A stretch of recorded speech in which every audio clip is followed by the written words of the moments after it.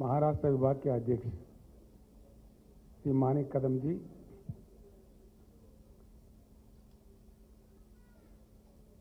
हमारे आहिरी कॉन्स्टिट्यूंसी के ex MLA दीपक आत्रम जी,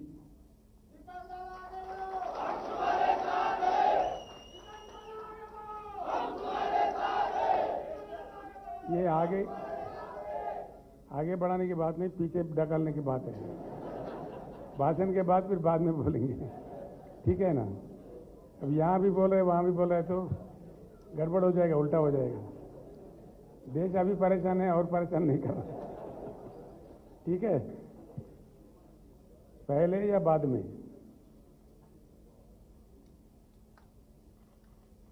मंच पर बैठे हुए हमारे तेलंगाना राज्य के मंत्री जी श्री श्रीनिवास गौड़ जी, हमारे एक्स स्पीकर असेंबली श्री मधुसूदनाचारी जी और अन्य वरिष्ठ सीनियर एमएलए, महाराष्ट्र से पधारे हुए आनंदराव अंगलवार जी, श्रीमती रेशमा चौहान जी, प्रोफेसर बलबीर सिंह जी, रविंदर सिंह सलूजा जी, पसला सम्मैया साहब और सम्मैया, आप ही का नाम है,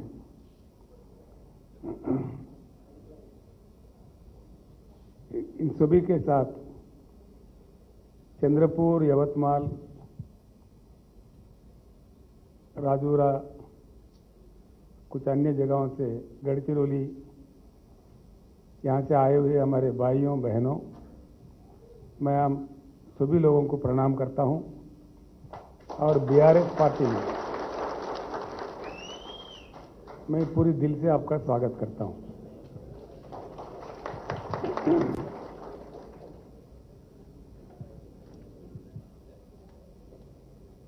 एक बात जरूर हम सब लोगों को सोचना है।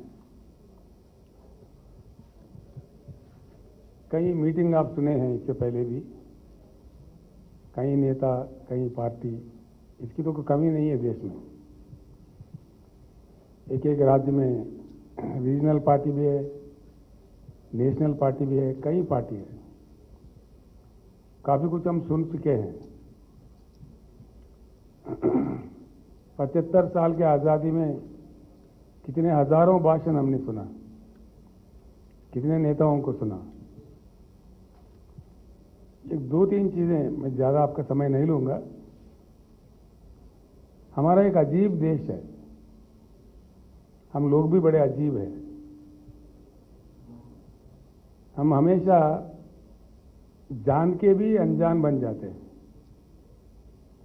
जानकारी रखते हुए भी हमारा प्रतिक्रिया नहीं दे पाते हैं।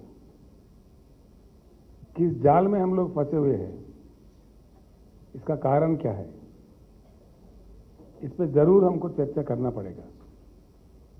मैं आप सभी लोगों से विनम्रपूर्वक प्रार्थना करता हूं, आप अब जो भी यहां सुन रहे हो, यहां ही मत छोड़ो इसको। इस बात को जरूर अपने बस्ती में, अपने गांव में लेके जाइए और लोगों के बीच में बैठ के चर्चा कीजिए। वहां हम गए थे, ऐसा केसीआर ऐसा कहा था, ये कहाँ तक सच है, कहाँ तक झूठ है, क्या है, इस चीज का आगे पीछे क्या है, ऐसा आप करें तो काफी देश का फायदा होगा। बीआरएस पार्टी एक चुनाव के लिए, किसी को नेता बनाने के लिए नहीं आई है। बीआरएस कोई एक राज्य का पार्टी नहीं है। भारत को परिवर्तन होना जरूरी है, पूरे भारत को। जब तक हम परिवर्तित नहीं हुए तब तक हमारा जीवन नहीं बदलेगा। बस भाषण सुनते रहोगे, कव्वाली सुनते रहोगे, सियासी नेताओं का गुणगान सुनते रहोगे, लेकिन हालात में कोई बदलाव नहीं आने वाला है। ये पक्का लिख के रखो आप, क्योंकि 50 साल से मैं भी राजनीति में हूं, मैं देख रहा हूं। एक ऐसी देश है हमारा, सब कुछ हमारे आंखों के सामने है, हमारे आंखों के सामने है, हमारी अपनी संपत्ति है, किसी से भीख मांगने की जरूरत नहीं है। दो ऐसी चीजें हैं जिसके लिए आज महाराष्ट्र तरस रहा है, सारे भारत भी तरस रहा है, महाराष्ट्र ही नहीं। महाराष्ट्र में जो हालत है करंट का, पानी का, ऐसे ही हालत पूरे भारत का है, पूरा भारत सिवाय तेलंगाना छोड़ के, एक तेलंगाना छोड़ के।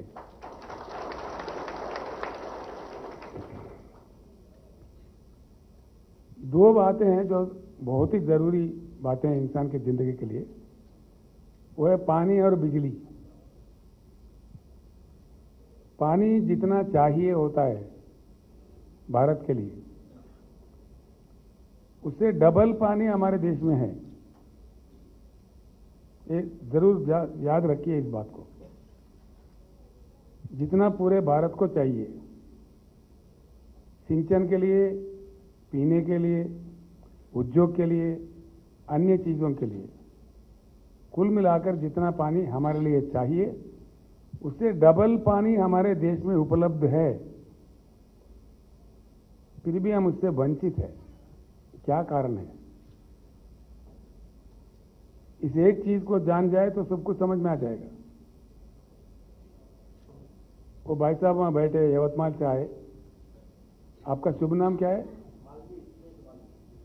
मालवी। मालवी जी बता रहे थे, मैं जब शाल पहना रहा था उनको तो बता रहे थे मेरे कान में मुंह डाल के, महाराष्ट्र में खिचड़ी सरकार से हमको बचा लीजिए।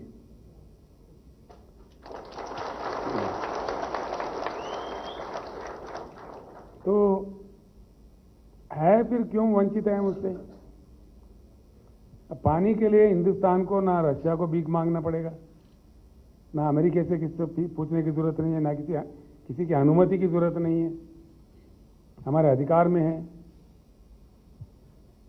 फिर क्यों नहीं मिल रहे पानी?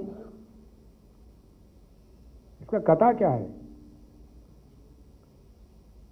सियासत, राजनीति, पॉलिसी, संविधान आसमान में नहीं है, जमीन में है।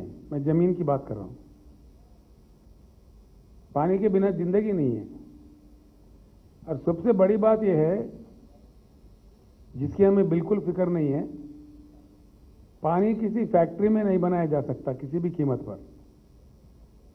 इंसान पानी को तैयार कर ही नहीं सकता। पानी भगवान का देन है, प्रकृति का देन है। आपने कभी देखा किसी फैक्ट्री में पानी बना कहीं? छोटी सी बात है, लेकिन यह भी हम कभी सोचा नहीं है, क्योंकि हमको ख्याल ही नहीं है इस बात के बारे में। पूरे दुनिया में पानी कहीं भी कोई फैक्ट्री में नहीं बनता, ये भगवान के फैक्ट्री में प्रकृति के जरिए हमारे पास पहुंच जाता है। बहुत ही अमूल्य चीज है, इसको ऐसा संभाल के रखना चाहिए। लेकिन हमारा देश बड़ा अजीब, हमने बाढ़ भी देखा है, कई प्रांत हमारे देश में बाढ़ से प्रभावित है, अतिवृष्टि से, अनावृष्टि से हमने सूखा भी देखा है। फिर भी हमारे पास कोई सब अपने हालात पे मुतमईन है। ना नेता को चिंता है, ना हमको चिंता है। नेता को चिंता इसलिए नहीं है कि आप बराबर उनको वोट दोगे ना, किसी न किसी को तो दोगे ही, फिर क्या चिंता पड़ी है? उनका तो दुकान चल ही रहा है, एक का नहीं चलेगा तो वही का चलेगा, तो हमारे क्या फिक्र है? अब कितने किसान मरो, कितना किसान आत्महत्या करो, हमको क्या पड़ी है? हम तो बेवकूफ है एक महीने में, बट वोट दिए जा रहे हैं हम लोग एकदम। अब वोट आ जाए तो हमारे बीमारी आ जाती है। वोट जैसा आ गया, कहीं कहीं किस्म की बीमारियां लग जाती है, जातिवाद का बीमारी, धर्मवाद का बीमारी, हम बढ़ जाते हैं। अरे भाई हमारे बवने साहब है, हमारे साले साहब है, उन्होंने फोन करके बोला भाई मुंबई से, मुझे उधर ही देना पड़ेगा। वोट इतनी अमूल्य चीज है जो अपना जीवन का मतलब पूरा नीचे या ऊपर करने वाली चीज है। लेकिन हमारे देश में हम यूं ही दे रहे वोट। किसको दे रहे, क्या दे रहे, क्यों दे रहे, वो जिसको भी दे रहे देने का मतलब क्या है, इसको बिल्कुल समझना चाहिए। अगर नहीं समझेंगे तो खत्म मामला यही रहेगा। जो लोग चंद्रपुर से है, जो लोग गढ़चिरौली से है, बड़ा अजीब लगता है भाई।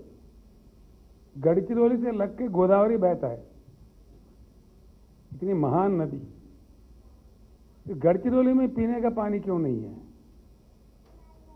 क्या कथा है ये किसकी कमजोरी है? सुबह है, बहुत जबरदस्त है, आमदार है, खासदार है, चीफ मिनिस्टर है, मंत्री है, किस चीज की कमी है? असेंबली है, मंत्रालय है, फिर हो क्या रहा है? और पानी जितना हमको जरूरत है, इस बात को जरूर याद रखें। बरसात होती है हिंदुस्तान में 1,40,000 टीएमसी की, 1,40,000 टीएमसी, जिसमें से आधा पानी जब बरसात होते रहती है बाष्पीकरण होता है, एवापोरेट हो जाता है। उसके बाद 70,000 टीएमसी पानी, शुद्ध पानी, जो हम हर चीज के लिए इस्तेमाल कर सकते हैं, वो अपने नदियों में बहता है। भारत का भूमि, अमेरिका देश है, हमसे 2.5 गुना बड़ा है। चाइना देश है, हमसे 1.5 गुना बड़ा है।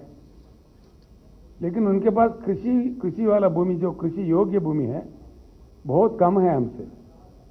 अमेरिका के पास 19% है, चाइना के पास तो 16% ही है। हम भारतवासी इतने खुश नसीब है कि सीधे ही हमारा भूमि 50% भूमि कृषि योग्य भूमि है भारत में, 50%। भारत का पूरा भूमि है 83 करोड़ एकड़, 83 करोड़ एकड़। अगर एकड़ में हम मापे इसको तो 83 करोड़ एकड़ की हमारी भारत की पूरी जमीन है, जिसमें सीधे ही 41 करोड़ एकड़ कृषि योग्य भूमि है। तो क्या होना चाहिए?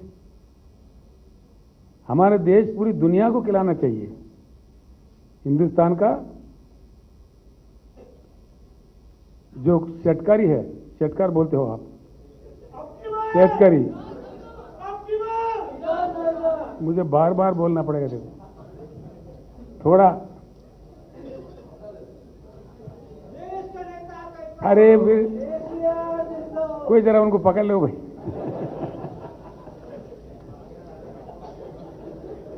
अब इतना गंभीर मामला मैं बोल रहा हूं, फिर देखो जो हमारे किसान है, कैसा होना चाहिए था? दुनिया का अव्वल दर्जा किसान होना चाहिए था। किसान के साथ क्या होना चाहिए था? किसान खेत में उगाए फसलें, और जो भी पैदावार है किसान की, वो सीधे फूड प्रोसेसिंग फैक्ट्री, दुनिया के अलग अलग तरीके हैं ना खाना खाने का। कोई रोटी बना के खाता है, कोई सूप बना के पीता है, कोई सीधे खाना खाता है जो राइस वाला है, अलग अलग तरीके से खाते हैं। वो सारे चीज हमारे पास बनना चाहिए था, क्योंकि इतने ढेर सारे किसान हैं और किसानों के बच्चे हैं। खेतों के बीच में ही फूड प्रोसेसिंग इंडस्ट्री बनके उसमें करोड़ों बच्चों को नौकरी मिलके हमारा पूरी पैदावारी फर्स्ट क्लास दाम से उन फैक्ट्रियों में जाके विदेशों में जाना चाहिए था। लेकिन आज हो क्या रहा है? क्या हो रहा है आज? हमारे बच्चे, नौजवान बच्चे हर शहर में, अब तो गांव में भी आने लगा है, मैकडोनाल्ड पिज्जा खा रहे हैं। पिज्जा, वो पिज्जा इतना गंदा होता है, हमारा ज्वारी के रोटी के सामने वो क्या है? लेकिन हम वो खा रहे, बर्गर खा रहे, जबकि हमारा देश बेचना था पूरी दुनिया में। उल्टा हम पिज्जा और बर्गर खा रहे हैं। क्या चक्कर है? दूसरी बात है, पानी है, 70,000 टीएमसी पानी हमारे पास है पूरे हर एकड़ में, हिंदुस्तान के हर एकड़ में। महाराष्ट्र नहीं, तेलंगाना नहीं, मध्य प्रदेश नहीं, कोई बात नहीं, वो राजस्थान हो, जो भी हो, पूरे इंडिया के हर एक एकड़ में पानी दिया जा सकता है अगर इंडियन सरकार दमदार हो।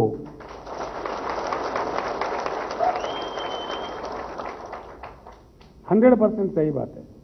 ये आंकड़े मेरे नहीं है, मैं जो आंकड़े बता रहा हूं मेरे नहीं है, सेंट्रल गवर्नमेंट के, सेंट्रल वाटर कमीशन के आंकड़े हैं।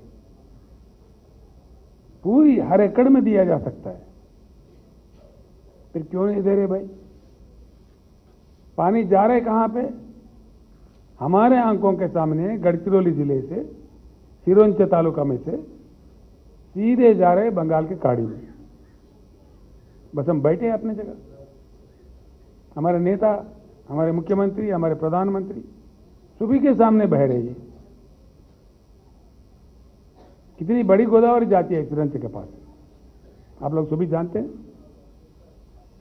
अब सवाल यह है, अब 75 साल में जो मजाक हमारे साथ हुआ, हमारे साथ जो खिलवाड़ हुआ, ये ऐसा ही चलते रहे या ये बंद हो और बहती पानी हमारे भूमि पे आ जाए, हमारे प्यासी खेतों में आ जाए, लोगों को पीने का पानी भी आए, ये हो या ना हो, ये सवाल है।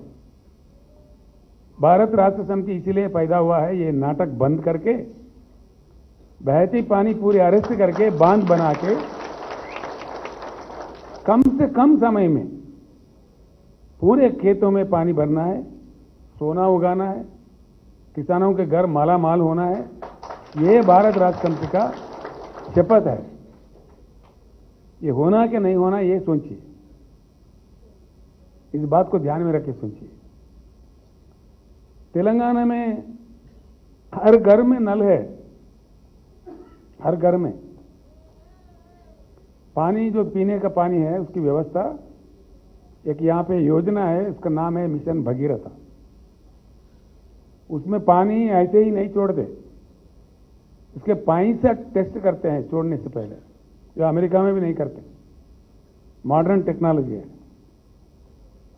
हैदराबाद के जो बंजारा हिल्स है, जुबली हिल्स है, जहां बहुत बड़े करोड़ोंपति अरबोपति रहते हैं,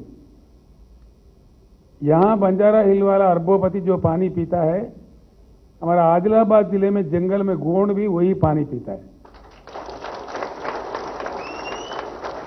हर घर में नल है, हर घर में, पूरे मकान में, और हर दिन शुद्ध पानी उनको मिलता है, भरपूर पानी मिलता है।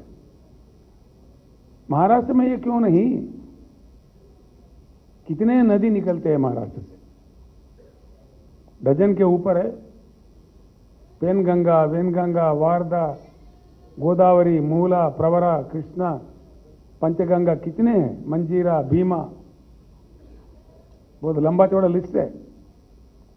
जहां से इतने सारे नदियां निकलते हो, प्रकृति ने इतना दया दिया है महाराष्ट्र के पावन धरती पे, फिर क्यों हमारे लोग प्यासे हैं? पानी के लिए क्यों तरसना पड़ता है?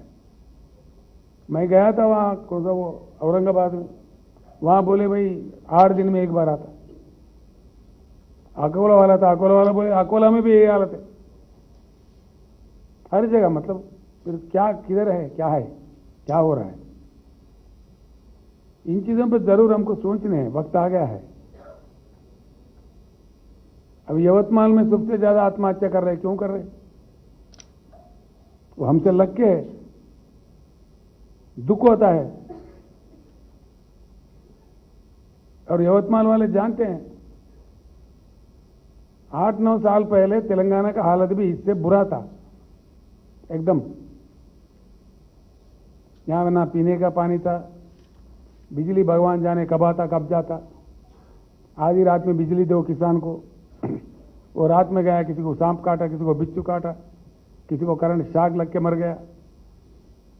हमारे किसान भी यहां आत्महत्या करते थे, हमारे बुनकर भी आत्महत्या कर रहे थे।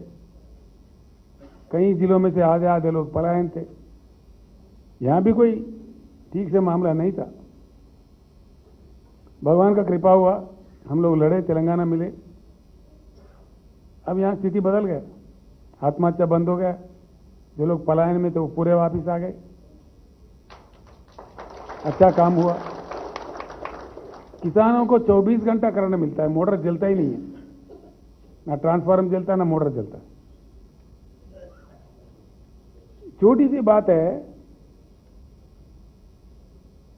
किसानों का 3-4 काम और काम हुए। किसानों को हम हर एकड़ में 10,000 रुपए देते हैं निवेश के लिए। एक फसल में 5,000, दूसरे फसल में 5,000। उसका कोई लिमिट नहीं है। छोटा किसान हो, थोड़ा मध्यम किसान हो, पूरे दे देते हैं। पूरे राज्य को हमने 2,601 हिस्सों में बांटा है, उसको अग्री क्लस्टर बता दिया। 2,601 क्लस्टर बना दी। उसका एक एग्रीकल्चर ऑफिसर को अपॉइंट किया है। 5,000 एकड़ का एक क्लस्टर। उस क्लस्टर में जितने भी किसान हैं, इनके पास पूरे एड्रेस, फोन नंबर, आधार कार्ड नंबर पूरा है। हम निवेश भी देते हैं और किसान को वो चाहे किसी भी कारण से उनका देहांत होता है, 5 लाख रुपए उनके नाम बीमा किया है। तो बीमा का जो प्रीमियम होता है सारा सरकार ही बन देता है, किसान से एक पैसा भी नहीं लेते। किसान का मृत्यु हो गया, 8 दिन के अंदर उनके पास उनके धर्मपत्नी के हाथ में पैसे पहुंच जाता है, बिल्कुल 8 दिन के अंदर। ऐसा 1 लाख परिवारों में जा चुका है अब तक, 1 लाख परिवार। 1 एकड़ वाला किसान हो, 2.5 एकड़ वाला किसान हो, उनकी मृत्यु हो गए तो उस फैमिली की क्या हालत हो जाती है। तो इसलिए खेती किसान को कड़ा करने के लिए, फिर ना गिर जाए, इसका भी प्रबंधन हुआ है। और किसान कोई भी क्रॉप उगा दो, पूरा धान सरकार खरीदता है, पूरा का पूरा। अभी चल रहा है, आज के दिन चल रहा है, हमारे सारे एमएलए मंत्री उसी में लगे हुए हैं। 7,100 के ऊपर हमने खरीदारी केंद्र खोला है। 2 गांव पे बीच में, 1-2 गांव के बीच में ऐसा केंद्र खोला है। सारे ही धान किसानों का खरीदते हैं और 3-4 दिन के अंदर उनके, 5 दिन के अंदर उनके खाते में पैसे चला जाता है। सबसे बड़ी बात यह है, अच्छी बात यह है कि 10,000 रुपए निवेश जो देते हैं उनके लिए किसान को कहीं नहीं जाना पड़ता, ना कोई ऑफिस जाना, ना दरखास्त देना, कोई नहीं। यहां सीधा सेक्रेटरीट में हैदराबाद में पैसे डालते हैं, उनके खाता में चले जाता है। बीच में ना कोई दलाल, ना कोई दरखास्त, ना कोई दफ्तर, कोई नहीं। अब किसान का मृत्यु होने पर जो बीमा पैसे जाता है वो भी ऐसे जाता है, बिल्कुल कोई दफ्तर नहीं जाना, कोई फोटो नहीं, कोई कुछ नहीं, सीधा पैसे चले जाता है। धान खरीदते हैं, उनको कहीं जाना नहीं पड़ता है। धान खरीदा तो तभी रिकॉर्ड हो गया, तो सीधा उनके खाते में पैसे चले जाते हैं, कहीं जाने का नहीं। यह है किसान को राजा बनाने का तरीका, बातों में नहीं। किसान घर बैठे सब पा जाता है यहां पे। और इसके बाद तलाटी जो है ना, आप जानते हो तलाटी कितना पावरफुल है। हाँ, खून चूसता है ना। महाराष्ट्र में तो मेरे दोस्त बता रहे थे, उनको ब्रह्मदेव बोलने लगे लोग, जिसका चाहे किस्मत बदलो। अब मेरे जमीन इनको लिख दिया, इनके जमीन आपको लिख दिया, आपका इनको लिख दिया। आज है जमीन, कल रहता कि नहीं रहता पता नहीं, है ना। हमारे पास भी तलाटी के बाप थे, बिल्कुल। ये इनको वरदान मिला है, आप लोग नहीं जानते है कहां से आए। इनका कथा मालूम है आपको? मालूम नहीं है? बोर तो नहीं लग रहा है आप लोगों को? जानना चाह रहे हैं? ये लोग हमारे बीच में हम जैसे है, लेकिन वो हमारे नहीं है। राम जी थे ना, श्री राम जी। अब सीता माई को रावण चुरा के लंका में रखने के बाद तो राम जी अपने वानर सेना लेकर युद्ध में गए। अरे बड़ा अजीब आदमी है भाई। अच्छा, ये भी उसी जमात के है।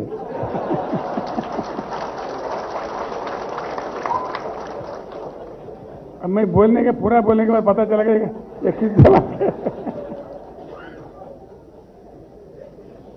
तो अब गए, धर्म युद्ध चल रहा था। उस जमाने में युद्ध भी धर्म का होता था। तो शाम तक युद्ध करना भाई, सारे के सारे मारे। तो सीता माई को लेकर फिर अयोध्या लौटे। कुछ दूर आने के बाद कुछ लोग आए, नमस्कार राम जी का, नमस्कार, क्या बात है? देखो आप राम है, भगवान है, हम भले भी राक्षस है, जो भी है, लेकिन आपका अस्त्र का कदर करके हमने अपने आप को खत्म कर दिया। फिर हमारा आधा आयु रह गया, बीच में मर गए। तो हमें 70 साल का तो 35 में मार दिया आपने, फिर वो 35 कहां चलेगा? ऐसे सवाल पूछा, आधा आयु भर रहेगा। तो वो देर भी कर रहे हो, खाली युग में तुमको तलाटी बना के भेज दूंगा। लोगों को कहा जाना, किसानों का खून पी के तुम कुछ रहो, बस खत्म। तो ये वहां से है कथा इनका, यहाँ के नहीं रहते, अपने बीच में है, लेकिन इनका पूरी चरित्र वहां से है। अब सीटी बजाने वाला भी वही होगा।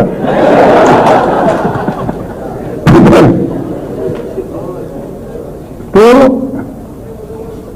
यहां तलाटी व्यवस्था हमने बर्खास्त कर दी, तेलंगाना निकाल दिया।